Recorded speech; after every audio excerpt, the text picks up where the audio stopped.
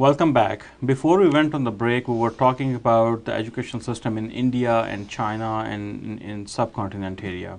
Humayun, you were telling me something about how there were a few schools established in China along with, at the same time, of Texla and other universities. Yeah, during the Zhou dynasty in China, which spread, whose timeline was from 1045 BC to about 250 BC. Okay. There were 5 schools that were controlled by the national government. These are the 5 schools in all of China. Yes. So spread across. Spread across, but I believe from the history it wasn't clear. But I think there were 5 major schools in the capital city of China at that of that dynasty. Mm-hmm. So one of them was an imperial school, and 4 others which were used by the other rich families across the city. Okay. And it seems that there was a lot of population living in that capital city, which served the government and did all of the other things as well. Mm-hmm. Later on, the things that they studied over there were of many different areas. For example, they studied music, archery, charioteering, and calligraphy and mathematics as well. A lot of their philosophy and a lot of their teachings, they come from Confucius. Yeah, and who is supposed to be, the supreme head of their knowledge stream, if we could say. These schools were established before Confucius as well, but Confucius, his teachings and philosophy had a great impact even 2,000 years after his departure as well, his demise as well. Confucius's timeline is about 550 BC to about 470 BC. Okay. And these schools, even before Confucius in China, I haven't found any specific mention of girls being studied or educated in a specific structure, other than the Greek history. But in China, they did mention that while the boys learned the arts and crafts related to related to a more physical nature and some music and mathematics, while the girls learned ritual teachings, the silk production and weaving skills in those schools. Okay. Yeah. So it was kind of a distinction, what they did at that time. Yeah, and probably that's the reason why the Holy Prophet, peace be upon him, asked Muslims to go to China at that time, even if they had to study, and that included both men and women. Both men and women. Okay, absolutely. Now, when we talked about Confucius, of course, there is a lot of things that are mentioned about his philosophical teachings. But when we talk about philosophy, the 2 biggest names that come to our mind are the Greeks and the Romans. And especially, whenever we talk about philosophy, somehow, from somewhere, the word Greek definitely comes into it. Right. So how did they come to this point, to this height of knowledge, where they became such prominent figures in the history that even today, after, thousands of years, we are still referring back to their teachings and getting guidance from many principles established by them at that time. Yeah, definitely. It's a great amount of knowledge that we learn from their history. Yes. And the advancement that they had done in the philosophical thinking process, and how they linked, in many cases, that philosophical thinking process to the scientific knowledge. And I have the description of some of the scientists and well, let's first go into further back into the history. They have a certain mythology. There are a lot of myths also associated with the Greeks. Yeah.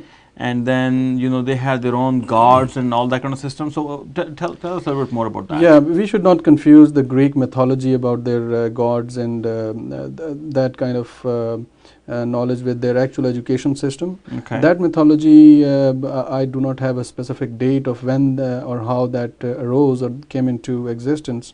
But they used to have gods for every different field and aspect of life. And it's a long story. I was actually reading a book, a series of books that my son was reading from a recent writer known as Rick Riordan. And he has written a series of books for children about the Greek mythology. It was a good For me, it was a good refresher course. I used to study that. But it's a time. very rich culture. It's a very rich culture, yeah. It's not like it's not like just merely some stories that you can say, okay, yeah, this happened, and you read it and you forget it. I mean, there's a lot of history and culture given in the background. Their whole history, and most of those stories from those gods actually might have been initially designed or created to teach a lesson to the children. Okay. For example, there were Titans, and then the Olympians took over, and then they set up this system, a city, an ideal city known as Olympus, and every god has his own specific field of expertise, and they took care of their people. So these gods might actually be the people. These gods might actually be the teachers who slowly, with the time, they became kind of imaginary figures. There's no specific information about that, and because it's so far into the history, there's no definitive knowledge that they might have been actual people at that time. Okay. Yeah. But that definitely tells us about their education. So let's go into their education system. Yeah, in Greek Empire, the education system in that 5th and 4th century BC was independent in different city-states. Okay. For example, Athens had its own education system, while Sparta had its own education system, and they were fundamentally different.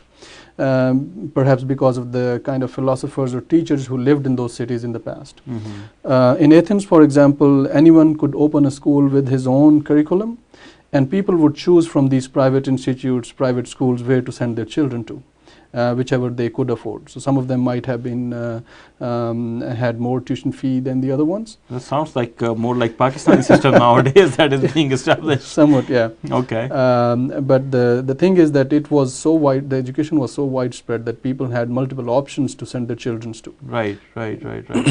When we were talking earlier in the, you actually mentioned about the place Alexandria.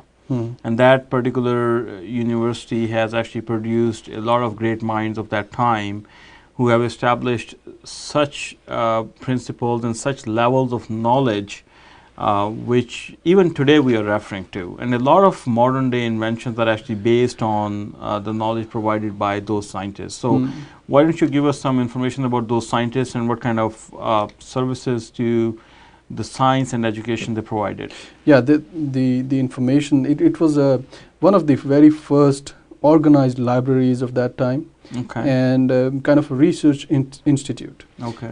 It is said that about 3rd century BC, they used to have about 1 million individual scrolls, which means 1 million individual books on different topics written by people. If there were 1 million books, how many people would have been writing those? Absolutely. Quite a few 100,000. Because there was no printing at that time. There was no printing. They were mostly handwritten. Yes. Yeah. And for example, some of the people who lived in Greece even before Alexandria, for example, Socrates from 470 BC to 399 BC, he was one of the very first thinkers and philosophers in the Western world, and he used to think that no actual writings of his own are still present, but his successors, Xenophon and Plato, his students, actually wrote some of his teachings, which have survived. His student, Plato, also a very well-known name, from 427 BC to 347 BC, had his own ideology, and he suggested that society should be broken down into three classes of people: the artisans, who used to do specific kind of work, and soldiers who would fight and protect the city or the government, and then the philosophers who would teach and educate other people and take the knowledge forward. One of the very genuine ideas in those days. Yeah, right. And his student Aristotle lived from 384 BC to 322 BC. And he was one of the very well-known students of Plato and the teacher of Alexander the Great. Oh, okay. Yeah. He so used the same Alexander the Great who went to Texla and established a university? Yeah, he his his campaign took him all the way up to Taxila. He passed through Afghanistan and the present-day Pakistan cities and went up to Taxila. Yeah. We have to take a short break here. When we come back, we'd like to hear more about these scientists, and then, of course, we'll continue our discussion on the further education system in the medieval times, and then we will go towards the Middle Age times. So stay with us. When we come back, we'll be talking more about the scientists at that time and the modern. We'll move towards the modern history. We'll be back after a short break.